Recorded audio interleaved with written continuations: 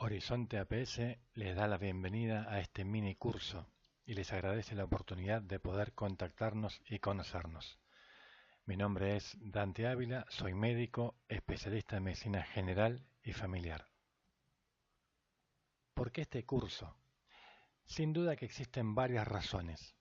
En general, hacer un taller es una práctica muy común y podemos sentir que nos faltan algunas herramientas para poder llevarlo a cabo, o que algo no se está haciendo bien, o que no sabemos si nuestros talleres, en definitiva, modifican algo o no. A veces puede pasar que debemos conseguir tiempo para planificar un taller y debemos poder justificar ante diferentes autoridades ese tiempo perdido. Y solo si podemos demostrar que hacer un taller es tan importante como hacer asistencia, es que la planificación del mismo se torna viable. De ahí la importancia de la justificación. ¿Cómo empieza el proceso de pensamiento de un taller de salud? En general, comenzamos con una idea que se nos vino a la cabeza. Tengo que hacer un taller. Nos parece una buena idea, aunque en esta etapa no podemos asegurar todavía bien por qué. Es seguro que luego de meditar un poco hemos compartido nuestra intención con otros, ya sea compañeros, colegas, etc. Es probable que la primera pregunta sea, ¿un taller sobre qué? Ahí es donde debemos empezar a priorizar ese listado de temas, que todavía no son un problema en términos estrictos, esos temas problemáticos. ¿Cuál se elige? ¿Cómo? ¿Por qué? Veremos más adelante la matriz que nos puede ayudar a seleccionar ese problema, el problema ganador, y cómo definirlo y redactarlo.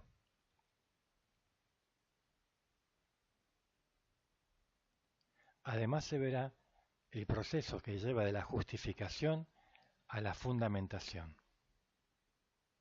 Y muy importante, la participación, en este caso, participación comunitaria.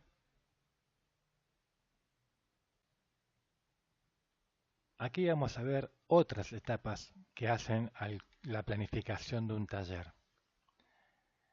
Estas son etapas muy poco utilizadas, pero de enorme importancia a la hora de evaluar sobre todo el impacto que tiene nuestra actividad. Preguntémonos en cuántos talleres que han presenciado o hecho estaban definidos los objetivos, resultados, cómo medir los mismos. Seguramente deben ser muy pocos. Si bien un taller puede parecer a priori algo muy sencillo de hacer, debe atravesar las mismas etapas que las que requiere cualquier otro proyecto más grande.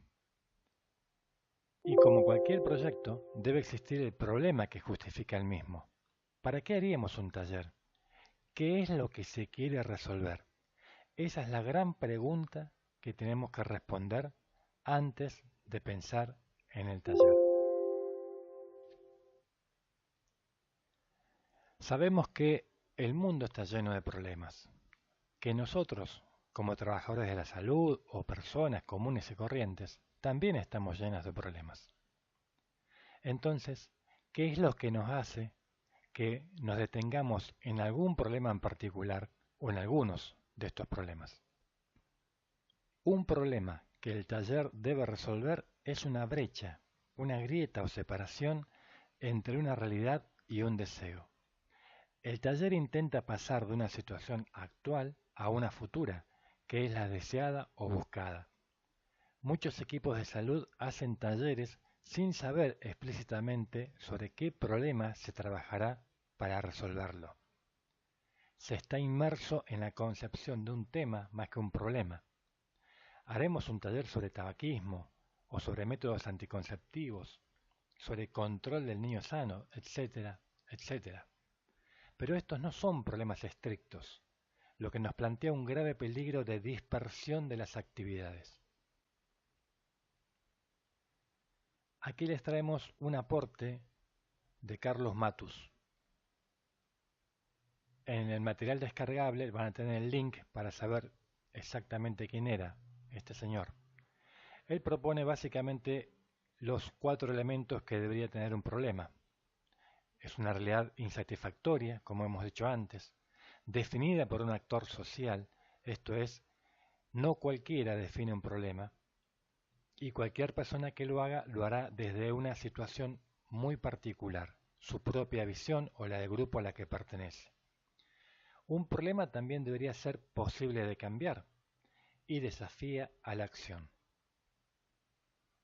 Tenemos que saber que las fases que componen todo un proyecto de elaboración de un taller no se dan en un orden estricto, las vamos pensando casi en simultáneo. Tenemos una visión global de lo que queremos hacer al mismo tiempo que pensamos en la convocatoria o en las actividades. Lo que sí es necesario saber es que las fases de un taller son elementos obligatorios a la hora de presentar una planificación y nos ordenan para que luego podamos evaluar cómo nos ha ido con esta actividad.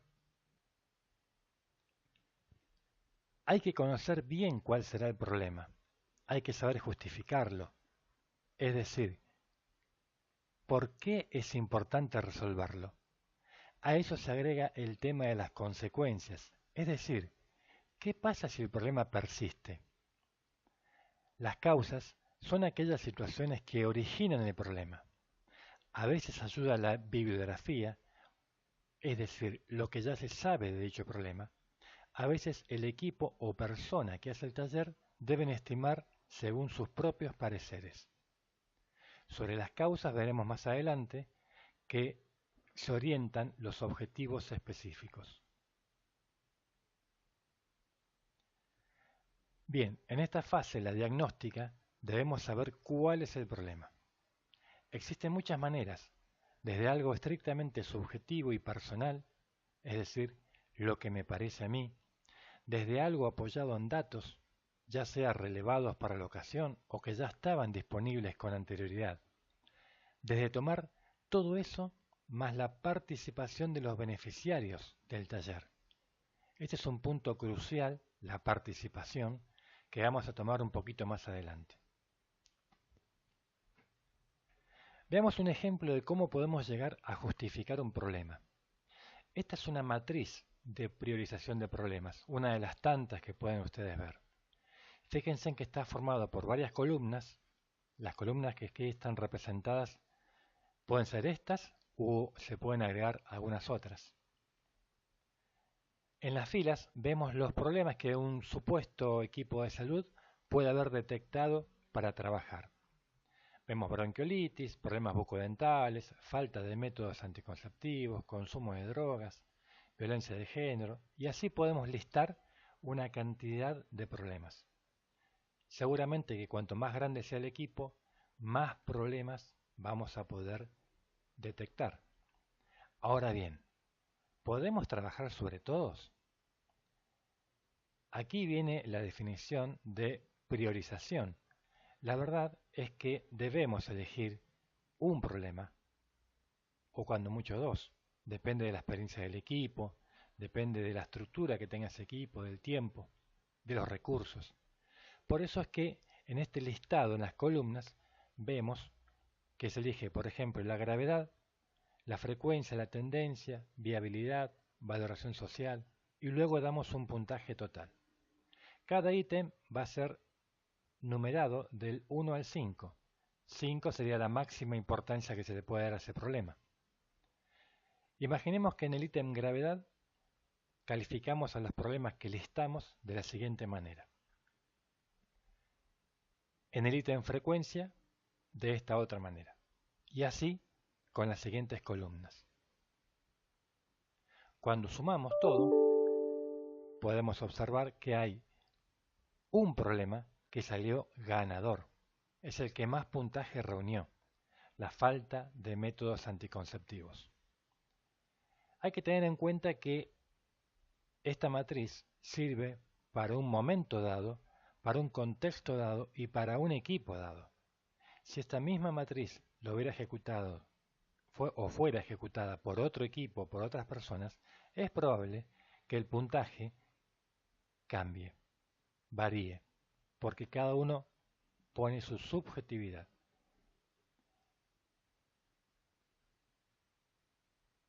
Ahí tenemos el problema elegido. La redacción del problema es otro problema que tiene el equipo de salud o quien haga un taller. ¿Cómo lo escribo? Esta es una fase de suma importancia, ya que un problema bien definido nos facilita enormemente hacer todo el resto. Hay quienes dicen que un problema bien definido es tener el 70% o más del proyecto resuelto. Aquí podemos ver en la caja celeste un típico problema de salud que un equipo puede haber identificado. Dificultad en la accesibilidad de los pacientes al centro de salud. Lamentablemente, faltan variables para definir. Por ejemplo, ¿qué tipo de accesibilidad? ¿Geográfica, administrativa, cultural? ¿En qué momento se da este problema? ¿No es lo mismo que haya sido este año? ¿O seguramente es distinto a lo que pasó el año pasado? ¿Qué tipo de pacientes son los que tienen este problema? ¿Niños, adultos, ancianos? ¿Qué centro de salud? Es decir, la definición espacial, geográfica. Siempre debemos escribirlo como para que alguien externo a nosotros pueda entender lo que pretendemos. La falta de definición muchas veces tiene que ver con cosas o supuestos que se dan por sabidos o conocidos. Y lamentablemente esto es algo que muchas veces no es tan así. En este caso, tenemos un problema mucho mejor definido, ya que agrega las variables tiempo, cuándo ocurrió, cuándo se observó este problema, y espacio, de dónde son o dónde está ocurriendo el problema. Amigas y amigos, permítanme confiarles que creo que en realidad este es el tema que define el impacto que finalmente tendrá nuestro taller. Una de las cuestiones, que por supuesto no es la única, por las cuales muchas estrategias del APS no se pudieron cumplir, es por haber diseñado innumerables proyectos o programas, pero sin la participación de los supuestos beneficiarios de dichos proyectos. Es la escasa participación de la comunidad uno de los motivos por los cuales nuestros talleres no son tan efectivos, ya sea desde el punto de vista de la convocatoria o de los mismos resultados que pretendemos. Además, la participación debiéramos pensarla desde dos puntos de vista. El tradicional, que es con la comunidad, es decir, qué tanto participa la comunidad en la planificación del taller. ¿Está en un rol pasivo en los escalones más bajos de la participación? ¿Está en un rol muy activo en los escalones más altos, donde se apropian no solamente de la planificación, sino de los resultados del mismo? Y este punto de vista también se debe aplicar al intraequipo, es decir, ¿qué tan participativos somos entre nosotros? ¿Dejamos opinar a los otros integrantes del equipo de salud? ¿Nos dejan opinar